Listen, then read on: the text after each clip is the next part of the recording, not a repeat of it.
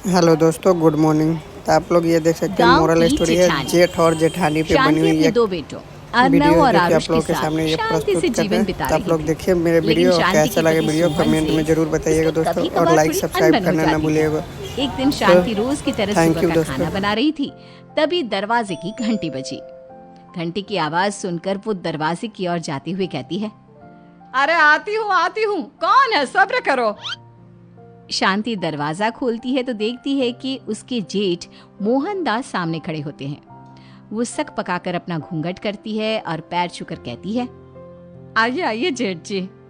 कैसी हो शांति?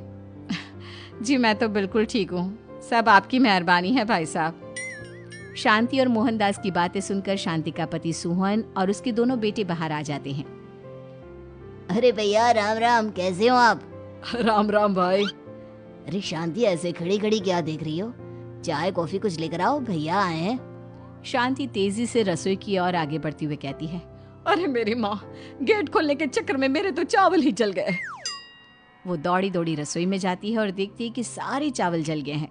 वो दोबारा चावल बनाने में लग जाती है। इतने में सोहन आवाज लगाता है, अरे शांति, तुम्हारे चावल का रोना खत्म हो गया हो तो चाय ले आओ। जी लाती हूँ अभी। शांति जल्दी जल्दी चाय बनाती है और मोहनदास को चाय देती है।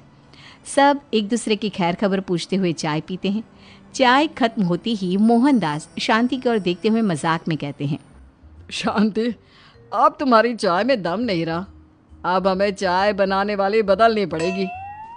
ये कैसे मुमकिन होगा जेठ जी, घर और बाहर का सारा काम मुझे ही करना पड़ता है और कभी कभी जल्दी जल्दी के चक्कर में काम बिगड़ जाते हैं, जैसे आज चावल जल गए। अरे इसी का तो हल लेकर आया हूँ। मैंने रिश्ता देखा है अर्नव और आरुष के लिए। दोनों लड़कियां बहुत सुंदर और सुशील हैं। अगर आप दोनों इजाज़त दें तो बात करूँ आगे। सोहन और शांति रिश्ते की बात सुनकर कहते हैं, अब ठीक है, बात चलाइए ना भैया, पर पहले लड़की के बारे में कुछ बताइए तो सही। हाँ हाँ भाई साहब, लड़की कैसी है, परिवार कैसा है, कहाँ के रहने वाले हैं? देखो परिवार तो बहुत अच्छा है, पर वे दोनों लोग बहुत गरीब हैं, दहेज में कुछ मिलेगा नहीं। अरे हमें दहेज में कुछ चाहिए भी नहीं, बस लड़की संस्कारी होनी चाहिए। एक लड़की तो पढ़ी लिखी है और शहर की रहने वाली है, पर दूसरी अपनी गरीबी की वजह से पढ़ न सकी और गांव में रहती है, लेकिन दोनों है बहुत खूबसूरत। अगर तुम सबको देखते ही पसंद ना आ जाए तो मेरा नाम बदल देना। हाँ, पर तो हम आके मूंद कर भरोसा कर सकते हैं भैया। आप आगे बात चलाइए, हम शादी करने को तैयार हैं। कुछ ही दिन में अर्नव और आरुष की शादी हो जाती है। आरुष की शादी अनपढ़ लड़की मंजरी से हो जाती है, जो कि बहुत भोली भी होती है, और अर्नव की शादी पढ़ी लिखी लड़की तनुजा से हो जाती है, जो कि घमंडी और चालू होती है। एक दिन मंजरी घर के काम कर रही थी कि अचानक शांति उसे आवाज लगाती है, बड़ी बहू, ओ बड़ी बहू, मंजरी जल्दी यहाँ आओ। मंजरी जल्दी जल्दी शांति के पास जाती है। बेटा मेरे पैर दबा दे, बहुत दर्द हो रहा है। जी माँ जी, बस बर्तन धोकर आती हूँ। अरे बैठ यहाँ, मेरे पैर में बहुत तेज दर्द हो रहा है, बर्तन छोटी बहू धो लेगी। मंजरी शांति के पैर दबाने लगती है तो शांति तनुजा को आवाज लगाती है, छोटी बहू, ओ छोटी बहू। तनुजा थोड़ी देर से आराम से चलकर आती है। जी माँ जी, आपने बुलाया मुझे, आपको कोई काम था क्या? तू कुछ काम कर रही है या? शांति की बात काटते हुए तनुजा बोलती है, कुछ नहीं माँ, फोन पर अपने घर पर बात कर रही थी।